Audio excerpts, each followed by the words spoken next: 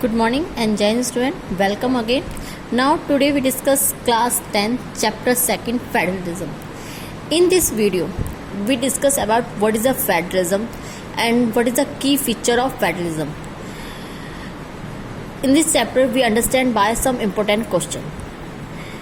हम इस चैप्टर को कुछ क्वेश्चन के द्वारा कुछ इम्पोर्टेंट क्वेश्चन हैं जिनसे हम इस पूरे चैप्टर को ईजिली समझेंगे.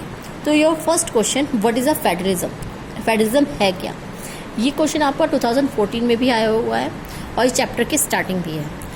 Federalism is system of government under which power is divided between a central authority and various constitute units. The various constituent units and the central authority run their administration independently and do not interfere unnecessarily in the affairs of one another.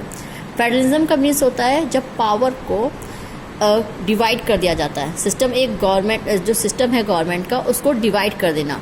किस part में divide कर देना? Central authority में और various constituents में, state में या constituents में इसको डिवाइड कर देना. The various constituents and the central authority run their administration independently and do not interfere unnecessary in the affairs of one other. और दोनों ही अपनी जो गवर्नमेंट है उसके एडमिनिस्ट्रेशन को ईजिली इंडिपेंडेंटली वो क्या मूव करेंगी, चलाएंगी और कोई भी किसी भी के मामले में अननेसेसरी इंटरफेयर नहीं करेगा. अब नेक्स्ट क्वेश्चन आता है आपका, एक्सप्लेन द मेजर की फीचर ऑफ फेडरेशन. फेडरलिज्म की की फीचर्स क्या है या कोई भी एनी 4 फीचर. तो मेजर की फीचर ऑफ फेडरलिज्म, 2 और मोर लेवल्स ऑफ गवर्नमेंट. जो फेडरेशन गवर्नमेंट होती है उसमें 2 या 2 से ज़्यादा गवर्नमेंट होती है. ये इसका सबसे बड़ा बेनिफिट है because federalism is system of government in which the government power is divided between central authority and its various constituent units. Usually, a federation has 2 levels of government. One is the government for the entire country and the other government at the state or provincial level. एक government जो पूरी country पे rule करेगी और एक government जो state या provincial level पे जो गवर्न करेगी. इस तरह से दोनों ही एक दूसरे की पावर में इंटरफेयर नहीं करेंगे किसी भी उनकी अथॉरिटी में, किसी भी उनके मामले में. नेक्स्ट है same citizen separate जुडिक्शन. Different tyres of the government govern the same citizen. चाहे वो सेंट्रल गवर्नमेंट है, चाहे वो स्टेट गवर्नमेंट है, चाहे लोकल गवर्नमेंट, वो गवर्न तो सेम सिटीजन पे करेंगे. वही कंट्री के लोग हैं, वही स्टेट में जो लोकल में आएंगे वही स्टेट में आएंगे और जो स्टेट में आएंगे वही सेंट्रल. यानी सेम जो गवर्नमेंट है वो सेम सिटीजन पे को गवर्न करेगी. But each tyre has its own जुडिक्शन and specific matters of legislation, taxation and administration. लेकिन ईच टायर का अपना खुद का जुडिक्शन होगा, स्पेसिफिक जुडिक्शन होगा. मीन्स चाहे वो लेजिस्लेशन में हो, मीन्स MLAs या फिर MPs चुनने में, या टैक्सेशन में हो मीन्स रेवेन्यूज़ के लिए, या एडमिनिस्ट्रेशन में हो वहाँ की पुलिस या लॉ एंड ऑर्डर को मेंटेन रखने में. Next, superiority of the constitution. The jurisdiction of the respective levels और tiers of the government are specified in the constitution.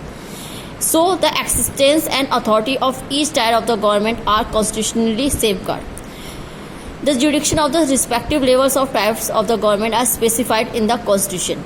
हमारा जो कॉन्स्टिट्यूशन है, इंडियन कॉन्स्टिट्यूशन है या फेडरलिज्म होता है, वहाँ पे जितने भी चाहे वो सेंट्रल गवर्नमेंट होगी, स्टेट गवर्नमेंट या जो भी उसके टायर्स होंगे गवर्नमेंट के, उन सबकी पावर के स्पेशली राइट करा गया होगा, उनकी स्पेसिफाइड करा गया होगा. So the existence and authority of each tier the government are constitutionally safeguard. और कहीं ना कहीं कॉन्स्टिट्यूशनली वो एक सेफ गार्ड के रूप में वर्क करेगा. रिगिड कॉन्स्टिट्यूशन, बिकॉज जो फेडरल गवर्नमेंट होती है उसका जो कॉन्स्टिट्यूशन होता है वो रिगिड होता है. The fundamental provision of the constitution can not be unilaterally change by one level of the government. The fundamental provision of the Constitution cannot be unilaterally changed by one level of the government. Such changes require the consent of the both of the level of the government. Because अगर कोई भी fundamental rights ही कर लीजिए, कोई भी changes करना हो तो केवल सेंट्रल गवर्नमेंट अकेले उसको नहीं चेंज कर सकती. दोनों ही गवर्नमेंट की सहमति से, एग्रीमेंट से एग्री होने पे ही कोई भी चेंज कॉन्स्टिट्यूट में करा जाएगा. नेक्स्ट है supreme authority of the courts. Courts have the power to interpret the constitution and the power of different levels of government. The highest court act as an umpire in case or dispute arising between different levels of government in the exercise of their respective power. Supreme of means जब इस तरह की जब power को share कर दिया गया है, कोई किसी की पावर में इंटरफेयर नहीं करेगा। बट अगर ऐसा कभी होता है कि सेंट्रल लेवल और स्टेट लेवल में अगर किसी भी बात को लेकर कोई डिस्प्यूट, कोई प्रॉब्लम क्रिएट हो जाती है, तो वहाँ ये सब पावर किसके हैंड में होगी? वहाँ की कोर्ट के हैंड में। लाइक आवर इंडिया, जैसे हमारी इंडिया में अगर इस तरह का कोई कंफ्लिक्ट, कोई प्रॉब्लम क्रिएट होती है, तो जो सुप्रीम कोर्ट उस पर एक्शन लेगा, उस पर सुप्रीम कोर्ट का ऑर्डर मान्य हो गया। Next, dual objectives. The federal system does dual objectives to safeguard and promote the unity of the country and while at the same time accommodate the regional diversity. Firstly federal government का एक तो ये country के जो unity है उसको बना के चलते हैं, बिकॉज सेंट्रल गवर्नमेंट सब पे गवर्न कर रही है।